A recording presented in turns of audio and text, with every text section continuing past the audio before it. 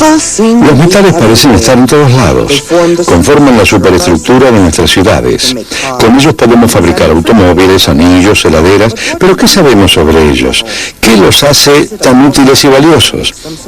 ¿Qué hay de esa composición que les otorga brillo, conductividad, durabilidad, maleabilidad? ¿De dónde provienen? Los metales han dado forma a la civilización.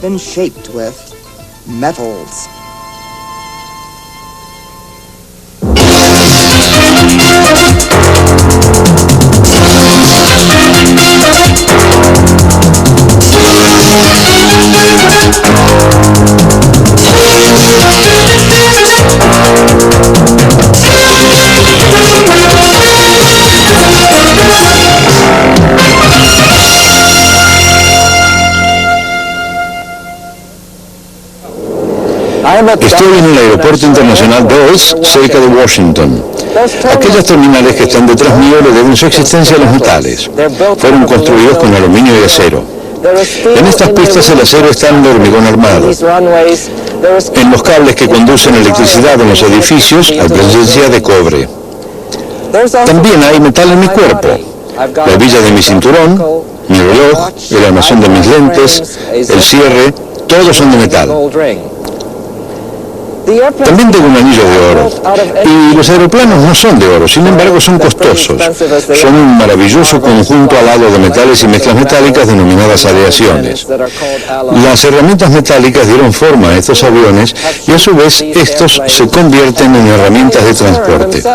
Pongo énfasis en las herramientas porque tanto en forma de herramientas como de armas, como el arado y la espada, los metales han construido nuestra civilización a lo largo de los miles de años que la conocemos como tal.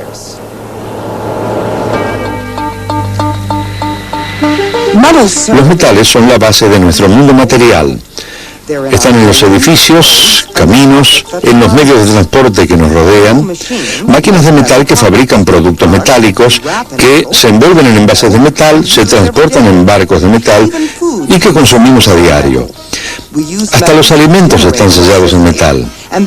Utilizamos metal para generar electricidad y luego transmitirla a todo el país a través de cables metálicos. Con él hacemos coronas y monedas. Por cierto, no es tan sorprendente que hayamos encontrado tantas formas de usar los metales. Casi las 3/4 partes de los elementos químicos son metales. Los que más abundan en la corteza terrestre son el hierro, el aluminio, el calcio, el sodio, el potasio y el magnesio. Parece haber una relación directa entre los metales que utilizamos, la forma en que los usamos y la civilización. La evolución del hombre se marcó con los términos de piedra, bronce y hierro. A medida que nuestras necesidades se volvían más sofisticadas y nuestra habilidad para producir metales avanzaba, las aplicaciones de los metales se hacían más especializadas y diversificadas. Pero, ¿qué hace que los metales sean útiles? Conducen calor y electricidad, son maleables, dúctiles, se les puede dar formas, son sus propiedades físicas. Pero, ¿qué propiedades químicas tienen? La mayoría se oxida y durante ese proceso se den electrones, pero algunos metales son más reactivos que otros, se oxidan con más facilidad. Hoy me siento extravagante. Intentamos quemar este trozo de platino. Encendemos el quemador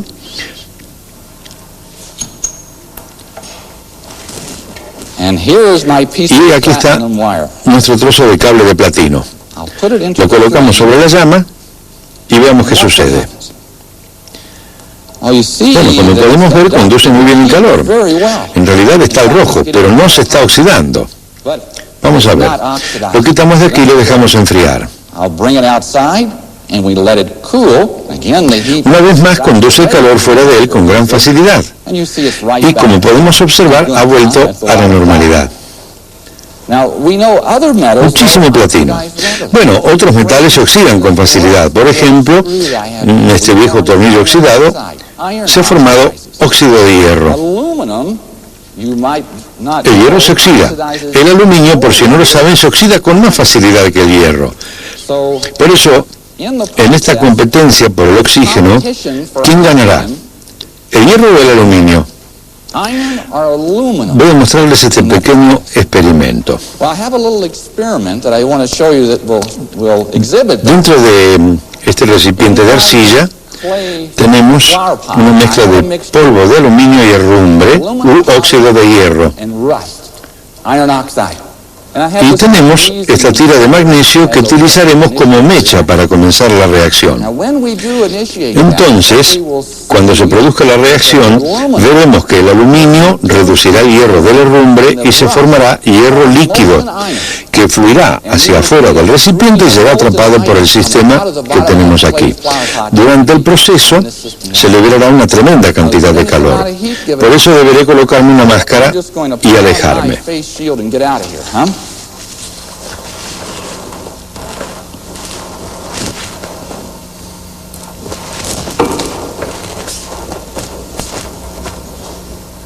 La diferencia de reactividad entre el aluminio y el hierro reside en la diferencia entre las estructuras electrónicas de sus átomos.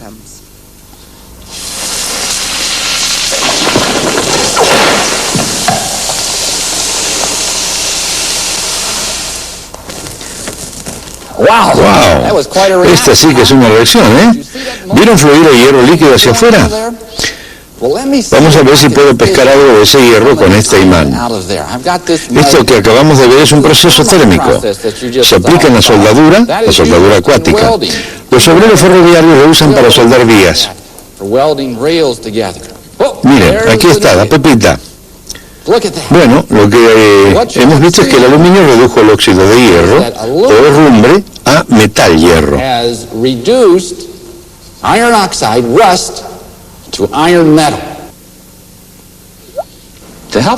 Para comprender las características propias de los metales, tenemos que estudiar su estructura molecular. Imaginemos que estas esferas son átomos de metal. Son de dos colores distintos para que podamos distinguirlos. Los metales son todos del mismo color. ¿Cómo los unimos? Bueno, colocamos las esferas en las ranuras provistas por la capa inferior. Este tipo de unión es lo que llamamos estructura compactada. Todas las esferas encajadas en las ranuras de la capa inferior. Este tipo de estructura es lo que determina el comportamiento de los metales. Los metales son sólidos cristalinos. En la mayoría de los casos poseen una estructura simétrica bastante simple de átomos compactados. Fíjense que la segunda capa está formada por átomos que yacen en las depresiones que hay entre los átomos de la primera capa. En este caso, la tercera capa está insertada exactamente encima de la primera. Cuando se une una gran cantidad de átomos metálicos formando un cristal, se produce un fenómeno interesante. Cuando un electrón de valencia de un átomo siente el campo de fuerza de los átomos vecinos, deja el átomo original y se une al otro por un breve instante. Luego se traslada hacia otro y después hacia otro, y decimos que estos electrones están libres. Tienen la libertad de vagar por todo el cristal. Podemos representar la estructura metálica como una disposición compactada de iones metálicos positivos sumergidos en un mar de electrones. Cuando aplicamos un campo eléctrico externo, los electrones libres se fluyen del lado negativo del campo hacia el positivo. Así es como conducen la corriente eléctrica a través del metal. Esta libertad de moverse que poseen los electrones les permite además conducir el calor y reflejar la luz. Pero, ¿por qué los metales son maleables y dúctiles? La respuesta también está en la estructura metálica. Debido a que los electrones poseen libertad de movimiento, los iones metálicos pueden deslizarse unos sobre otros, como si flotaran sobre un colchón de electrones. La presencia de imperfecciones en la disposición de átomos facilita el deslizamiento.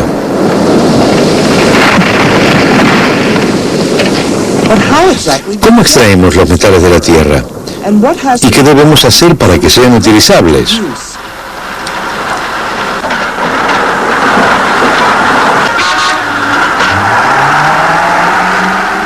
El hierro es uno de los metales más conocidos y útiles del mundo. La forma más común de obtener hierro es a través de las minas subterráneas, como esta en Australia.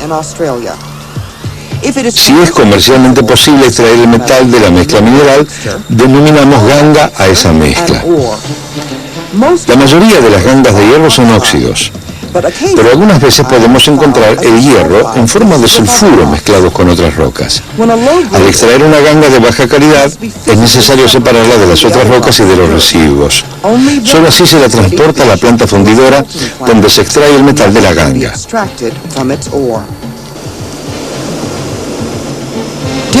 Los diferentes metales provienen de diferentes gangas, pero no solo el calor es suficiente para obtener metales. Entonces, ¿qué más debe hacerse? Debe agregarse un agente reductor. Uno muy común que se utiliza en este tipo de procedimientos es el hidrógeno. Entonces, introducimos un poco de óxido de hierro, hematita, en esta pequeña cuba de combustión. Mientras esperamos que esto funcione, realizamos otro experimento. Tomamos un poco de óxido de aluminio y lo introducimos en la otra cuba. Luego, introducimos estas cubas en este tubo de combustión. Bueno, aquí tenemos hematita. Colocamos la hematita aquí, la empujamos hacia el fondo del tubo con cuidado. Ahí está yendo, ahí va. Bien. Y aquí tenemos el óxido de aluminio. Lo ponemos allí y lo que haremos es inyectar el gas hidrógeno para ver si es posible extraer el metal del óxido. Vamos a ver qué sucede. Lo cerramos e inyectamos hidrógeno de esta fuente a los metales. Lo ponemos en marcha. Y ahora que se está inyectando el oxígeno, lo que debemos hacer es entregarle calor. Bueno, quizás nos lleve un poco de tiempo, por eso empezamos a calentarlo.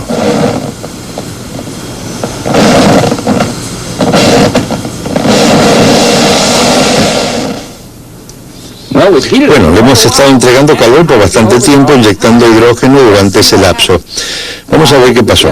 Esperemos que se haya enfriado. Sí, ya está. Le sacamos la tapa y vemos si podemos sacar las cubas de aquí. Lo primero que vamos a sacar es el óxido de aluminio. No se ve tan distinto a lo que era al principio. Después sacamos la hematita. Observemos cómo se ve. Bueno, se ve bastante diferente. Observemos aquel. Entonces lo que podemos hacer es pasar un imán sobre la hematita. Aquí tenemos uno pequeño. Y si en realidad se redujo el hierro, deberíamos ver algo de él. Vean, el imán atrajo al hierro. La forma más común de producir hierro es por medio de hornos de fundición como este. Estos hornos son enormes, 30 metros de alto y 10 de ancho en la base. Las gangas de hierro, coque y piedra caliza, carbonato de calcio, se introducen por la parte superior. Luego se inyecta aire caliente a unos 600 grados Celsius. Al quemarse el carbono del coque, la temperatura aumenta aún más. El monóxido de carbono, producido por la combustión del coque, asciende dentro del horno, y tanto este como el carbono reaccionan con los óxidos de hierro, reduciéndolos a hierro metálico. A esta temperatura el hierro se funde y se hunde hacia el fondo del horno. Mientras tanto, la piedra caliza se descompone produciendo óxido de calcio o cal, que luego reacciona con los silicatos o arena que podría haber en la ganga. El silicato de calcio que se forma emerge hacia la superficie, pero en el caso del óxido de aluminio, este tipo de reducción no funciona. El aluminio no se podría obtener en el laboratorio, pues el hidrógeno no es un agente reductor efectivo. Se necesita una gran cantidad de energía eléctrica. Este proceso se denomina reducción electrolítica y tiene aproximadamente unos 100 años. Charles Martin Hall, graduado en el Oberlin College, a poco de haber egresado, inventó el proceso en 1889. Antes de esto, el aluminio era tan raro que se lo consideraba el metal de los reyes y las reinas. El óxido de aluminio se disuelve en una sal líquida y luego el líquido es sacudido por una corriente eléctrica de 130.000 amperes, reduciendo el óxido de aluminio a aluminio metálico. La energía requerida es enorme. Una planta de aluminio en Frederick, Maryland, utiliza casi un quinto de la energía total de salida de la Potomac Edison Electric Company. Sin embargo, una vez purificado, solo se consume un 5% de esa energía inicial para reciclarlo, lo que lo hace más económico. Estamos en el National Building Museum de Washington. Puede oírse el sonido de la renovación a mi alrededor. Aquella escultura es en realidad metal en láminas que conmemora la maravillosa propiedad de estos materiales, los cuales usamos en nuestros hornos, techos y conductos.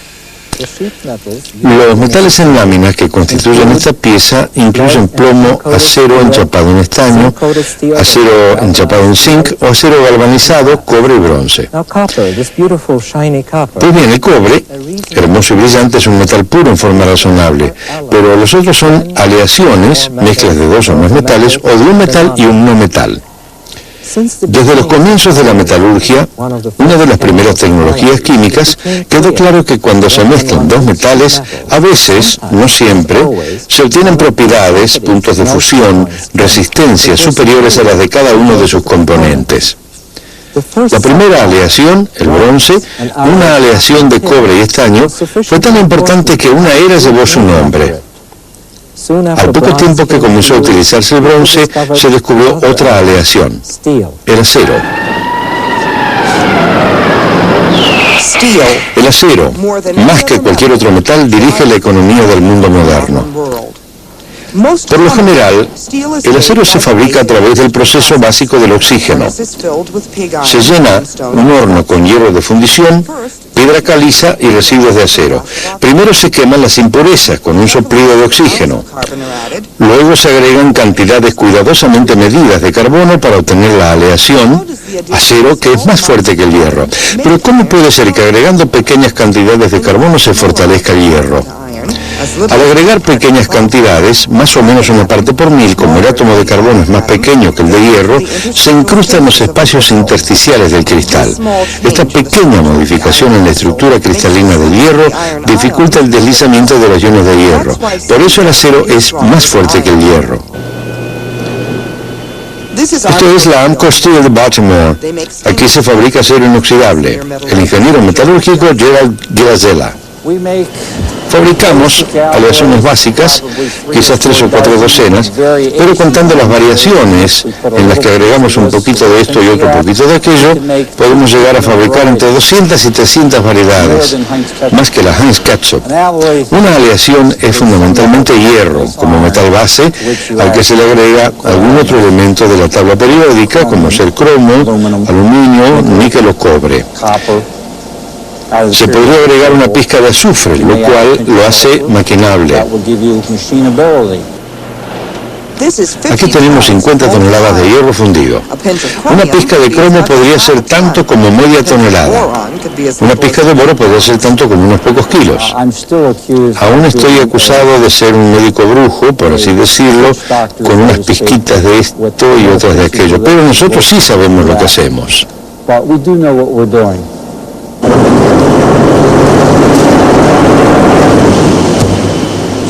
La aleación que se está fabricando aquí se denomina Nitronic 32. Es una aleación especial que se entreteje formando mallas y se introduce en la colada de hormigón. Las placas de hormigón se usan luego para guarnecer de la erosión las orillas del Mississippi. Cualquier variación simple en la composición produce una nueva variedad de aleaciones. Antenas de autos, paletas de turbina, son utilizadas estas aleaciones para hacerlas. Como las aleaciones entran en la tendencia de la vida estadounidense, ganan tienen especial importancia los elementos necesarios para hacerlas. Pero en los Estados Unidos no poseen yacimientos naturales de algunas gangas que otros países sí tienen. El níquel proviene principalmente de Canadá. El cromo proviene de Rodesia, en algún lugar de África, o en algunos casos de la Unión Soviética. ¿Qué pasaría si de pronto no pudiéramos importar metales que necesitamos para fabricar nuestras aleaciones, como el cromo o el níquel? ¿Cómo podríamos diseñar y sustituir aleaciones para fabricar los productos que necesitamos? ¿Cuán dependientes somos de estos metales? Los motores que lanzan este misil y los timones que lo guían están fabricados con superaleaciones que pueden soportar temperaturas y presiones extremas. Por lo general, están hechas de hierro, níquel o hierro y cobalto. El Dr. Lance Davis. Las fuentes de cobalto se encuentran fuera de los Estados Unidos, por eso se lo considera un material estratégico.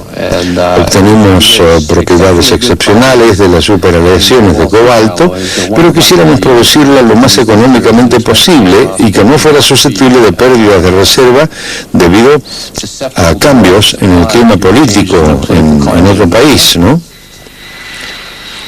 Pero las aplicaciones de las superaleaciones no están limitadas a los misiles o la exploración espacial. Este avión de 80 toneladas está por aterrizar. Su tren de aterrizaje debe soportar el peso y absorber el calor generado por los frenos. Hay 3.300 aviones iguales y cada uno tiene un promedio de 10 ruedas. Cada una cuesta $8.000 y estas se gastan.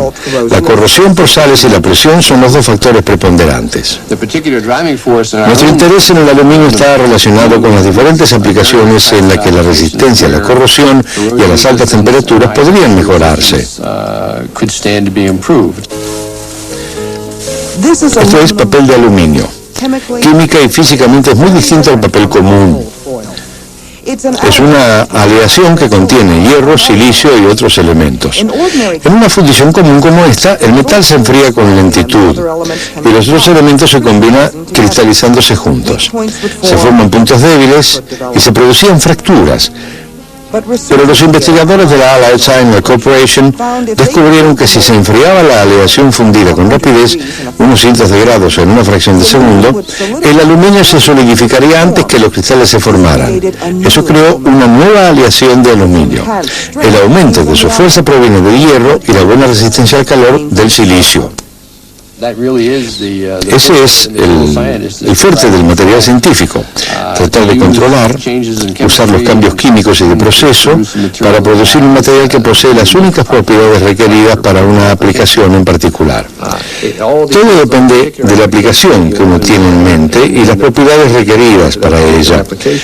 Pero hoy en día la gente tiene muchas ideas y sueños que están limitados principalmente por la disponibilidad de materiales.